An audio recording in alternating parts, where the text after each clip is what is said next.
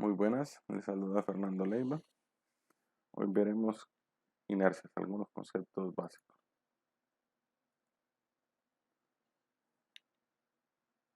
Veamos un video preliminarmente. Hola, futuro ingeniero, bienvenido a Nudo, tu canal de ingeniería civil. Hoy vamos a explicar lo que es el momento de una fuerza o momento flector. El momento de una fuerza o momento flector es igual a una fuerza por una distancia. En el dibujo de la imagen tenemos una viga y nos vamos a imaginar que en el punto A y en el punto B la viga está fija. Esta viga tiene una distancia L. Y si aplicamos una fuerza en el punto A, generamos un momento flector a lo largo de toda la viga. El valor de este momento flector, como he dicho antes, equivale a multiplicar el valor de la fuerza por el valor de la distancia. Vamos a imaginar que queremos calcular el valor del momento flector que hay en el punto B cuando ejercemos una fuerza en el punto A. Es muy sencillo, lo único que tenemos que hacer es multiplicar el valor de la fuerza que se ejerce en el punto A por el valor de la distancia, que en este caso es L. Por lo tanto, el momento flector sería igual a F por L. Como vemos en la imagen, el momento flector se representa por esta flechita curva y la flecha curva tiene un sentido del giro. El sentido de giro lo podemos determinar imaginándonos que en la viga solo existe un punto que está fijo, el punto sería el B, y como solamente tiene un punto fijo, el punto A giraría. ¿En qué sentido gira? En este caso giraría en sentido antihorario. Si por el contrario la fuerza la ejerciésemos en sentido contrario, o sea desde abajo de la viga, el momento tendría un giro horario, manteniendo el punto B fijo.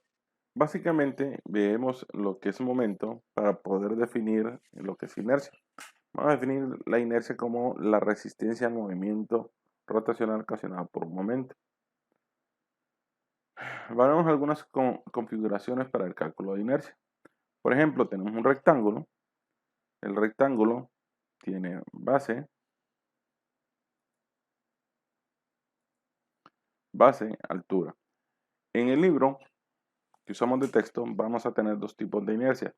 Una inercia X', una inercia X, que estamos refiriendo a dos tipos de eje. El eje X está en el borde de la figura y el eje X' estaría en su centro de área. Para efectos de esta clase, nosotros nos concentraremos en la inercia que gira alrededor del eje X' y el eje Y', es decir, la inercia alrededor de su centro de área. También vamos a tener la inercia de un círculo. Tenemos 1 sobre 36 de la base por la altura al cubo. Y la inercia en X como la que podemos ver ahí. También tendríamos la inercia de un círculo que sería un cuarto del radio de la 4 por pi.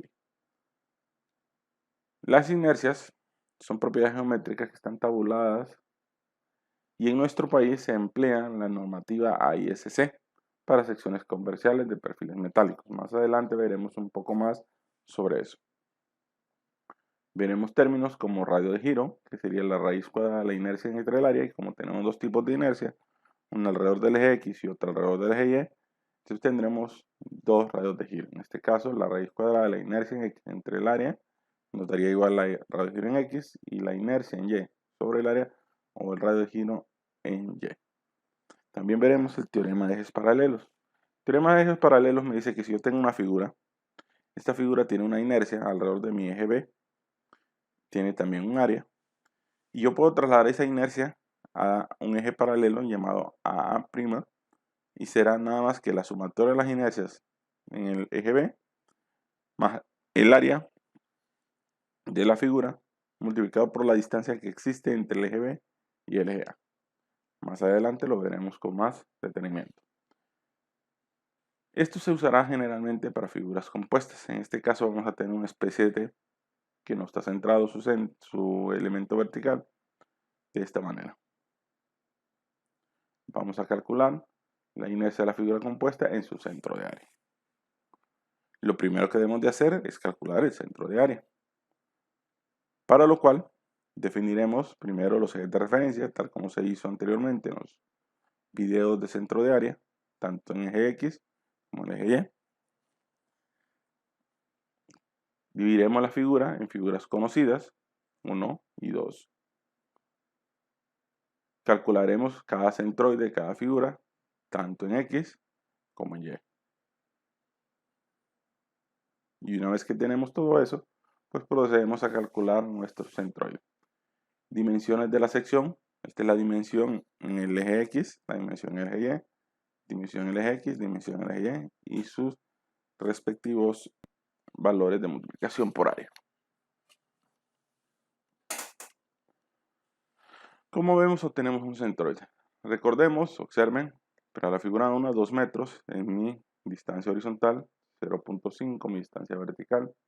Y lo mismo se atribuye para mi figura número 2, horizontalmente 0.50, verticalmente 3.10. Ahí están los valores de centroide y me calcularía el centroide general, que es lo que vemos aquí, nuestro centro de área de la figura general.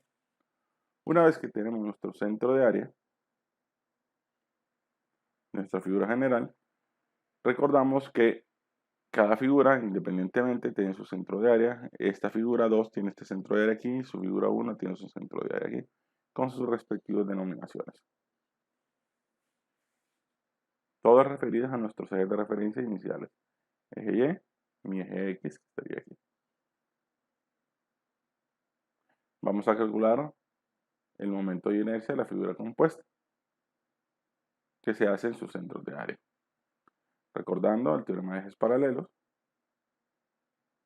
y recordando que D es la distancia que existe entre el punto que tengo como centro de área de mi figura y lo vamos a trasladar a mi centro de área general. Por lo tanto, vamos a tener diferentes tipos de Y. Vamos a tener, por ejemplo, mi figura 2, perdón, mi dx por aquí, miren, de mi figura número 1, mi dy de mi figura 2 y mi dy de mi figura 1. Todas están referidas de mi centroide a mi centroide general. Tenemos el cálculo de dy1 o de x1 y ese se calculó tomando mi distancia inicial que teníamos de mi eje de referencia bicentroide menos mi centroide general, y así automáticamente obtenemos nuestro valor de 0.15, que lo podemos visualizar. Ahora calculamos mi dx2, en este caso es mayor mi centro general, entonces ponemos mi centro general primero y luego mi centroide de mi figura número 2. Observamos centroide general, centroide de la figura. Lo mismo procede para calcular dy1. En este caso, centroide general más grande menos mi centroide individual. Mi dy2, que lo podemos apreciar aquí. En este caso, el centroide individual es más grande, entonces usamos primero menos mi centroide general. Eso me daría mi valor de dy2.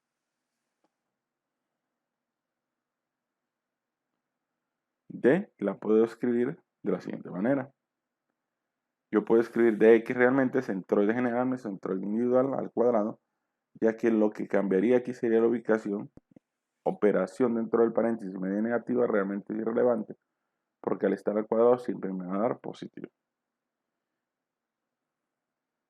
Recordando que estos son los centroides generales y estos son los centroides individuales.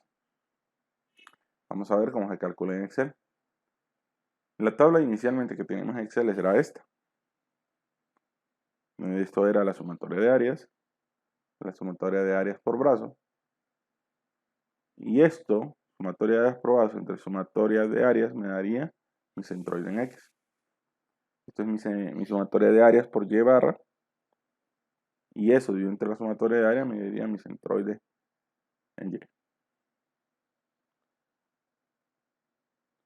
Ahora nuestra tabla crecerá un poco.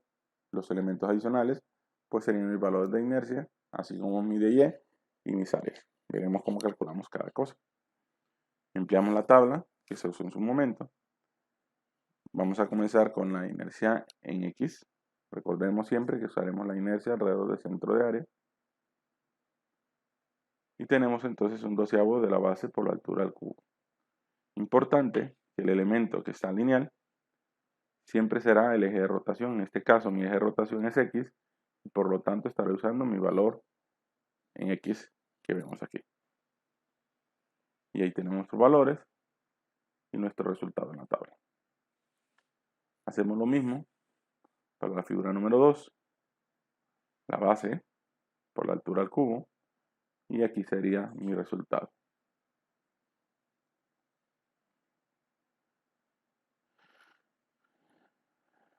La inercia es la resistencia al momento rotacional ocasionado por un momento. Entonces, por lo tanto, si el momento es X, entonces la inercia que yo tengo que usar es la inercia alrededor de mi eje X.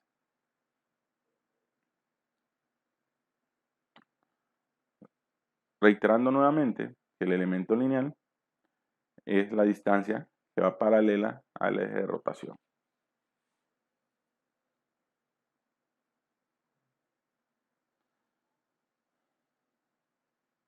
La inercia en el centro de área, figura compuesta, se empleará en las siguientes ecuaciones, tanto para X como para Y. Importante ver, usamos la inercia en X, usamos mi brazo en Y. Si uso mi inercia en Y, uso mi brazo en X. Recordando que de Y es lo que se vio en dos diapositivas anteriores. Entonces, calculamos nuestro de Y, 1, que es mi centroide general, menos mi centroide individual, eso me daría mi de Y cuadrado. Las variaciones en los cálculos pues serán debido a las número de unidades significativas que usemos. Excel en este caso me está mostrando 3 unidades significativas, pero Excel usa realmente todas las unidades significativas. Entonces podemos tener variaciones en cuanto a los decimales que se emplean. Por recomendación usaremos 3 cifras significativas y lo usamos con calculadora. De Y2, centroide general, menos centroide individual, me daría mi de Y cuadrado 2, en mi figura número 2. A de Y cuadrado va a ser el área de la figura 1 por mi de Y1 y eso me daría mi área. Lo mismo hacemos para el área por de Y2. Mi área en figura 2 por mi de Y2 al cuadrado y eso me da mi área. Esto quedaría como la sumatoria de Y cuadrado, la sumatoria de inercias, y pues simplemente aplicamos la expresión que se vio con anterioridad.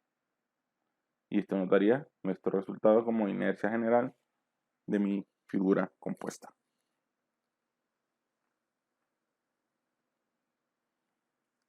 Como vemos, el resultado de forma manual y mi resultado en mi hoja de Excel. Ahora calcularemos lo mismo, pero ahora alrededor de la inercia Y. Observen que el elemento que está lineal es la distancia que es paralela al eje de rotación. En este caso, nuestro eje de rotación es mi eje Y'. Calculamos la inercia de la figura 1. Nuevamente, Y sería mi valor lineal, mi X el valor al cubo, y esto me daría mi inercia en Y. Mi figura número 2, nuevamente, en Y lineal, mi distancia en X al cubo, me daría mi valor de inercia en Y.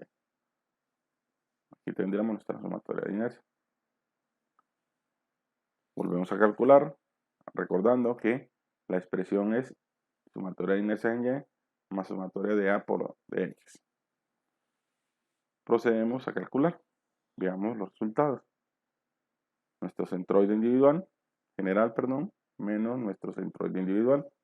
Esto nos daría de Y cuadrado. Nuestra Y2, centroide individual, centroide general menos centroide individual. Y esto me daría mi de X cuadrado 2.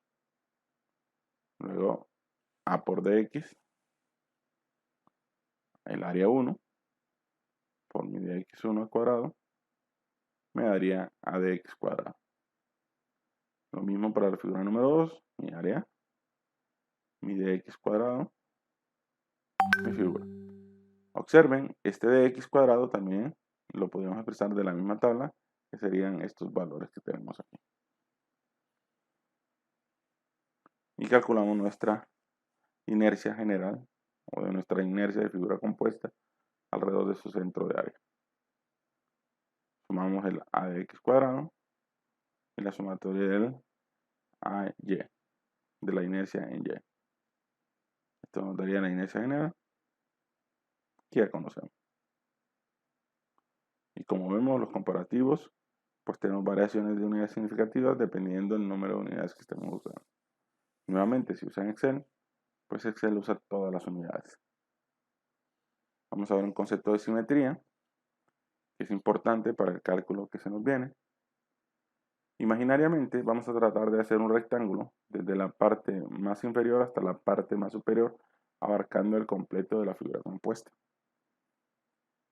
Luego trazaremos un eje, en este caso usaremos el eje Y vertical en el centro del rectángulo. Si el área o la cantidad de área del lado derecho y la cantidad de área en el lado izquierdo son iguales, entonces podremos decir que la figura es simétrica porque es la misma cantidad de área. Entonces podemos decir que nuestra figura es simétrica. Cuando una figura es simétrica nos ayuda a reducir nuestros cálculos de diferente manera. Primero, si la figura es simétrica, la línea imaginaria pasará por el centro de área de nuestra figura. Automáticamente, esta línea que tenemos aquí ya se considera como un centro de área.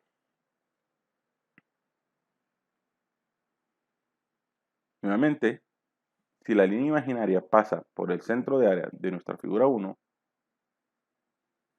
y de nuestra figura 2,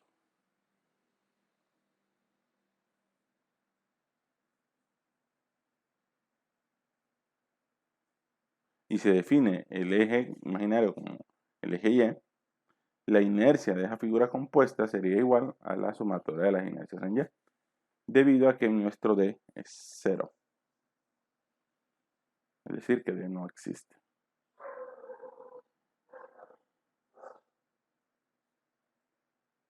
Sigamos con el concepto de simetría. Pero ahora usaremos el eje horizontal X, nuevamente el mismo concepto, trazando una línea horizontal en la mitad del rectángulo imaginario. Y tenemos una cantidad de área hacia arriba y tenemos una cantidad de área hacia abajo.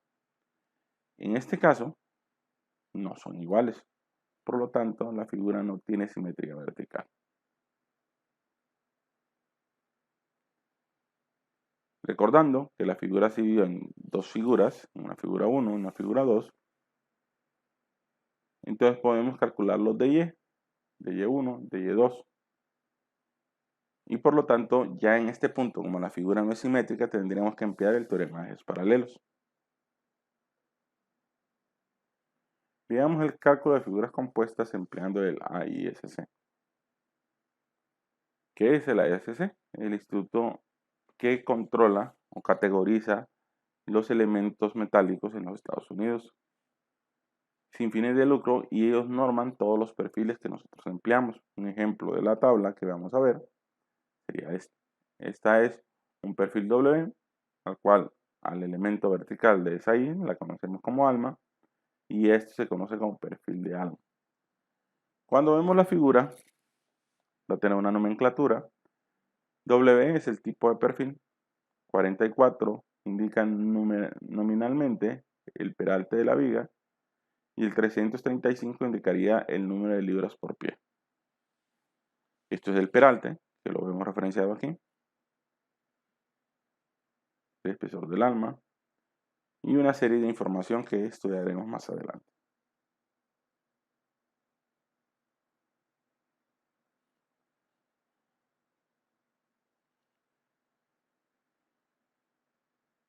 Peso nominal por libra por pie de longitud, el ancho del patín. ¿Dónde es el patín? Pues es esto.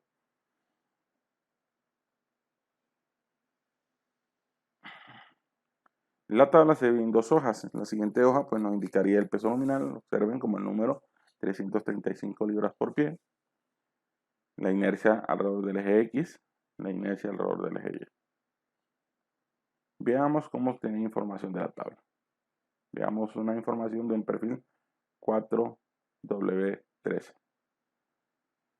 Entonces tenemos ya dibujado el perfil con la información obtenida. Veamos cómo se obtiene. Esto es nuestro patín. Observen, buscamos el ancho del patín y buscamos la intersección de la línea vertical con la línea horizontal y esa sería nuestra información. El peralte, de la misma manera, verticalmente y horizontalmente, la intersección, ese sería nuestro valor. Nuestro espesor de alma, de la misma manera. Nuestro espesor de patín. La información de la siguiente hoja, seguimos, buscaremos la hoja donde estaban las propiedades que ya vimos, está en la página 1-28, en la siguiente hoja, a las dimensiones, para nosotros sería 1.29, se identifica la misma fila donde estaba nuestro perfil, en este caso era el último perfil de nuestra tabla.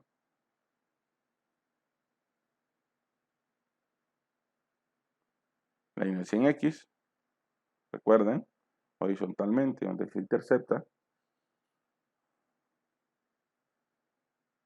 la inercia en Y.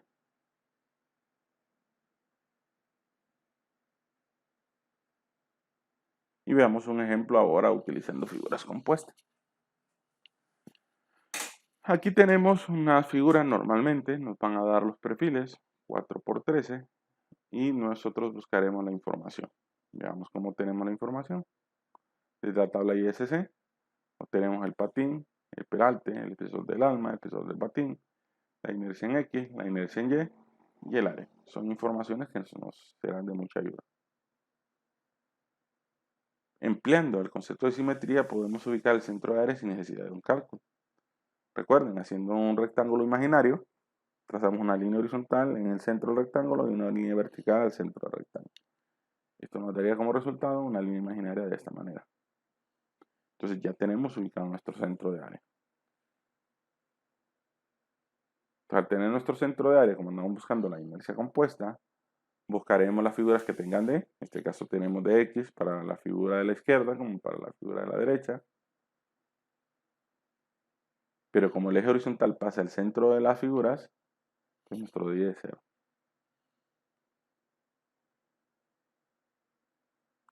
La inercia en X será calculado de esta manera, pero sabemos que Y es 0, por lo tanto, mi inercia simplemente es una sumatoria de las inercias en X de los dos perfiles,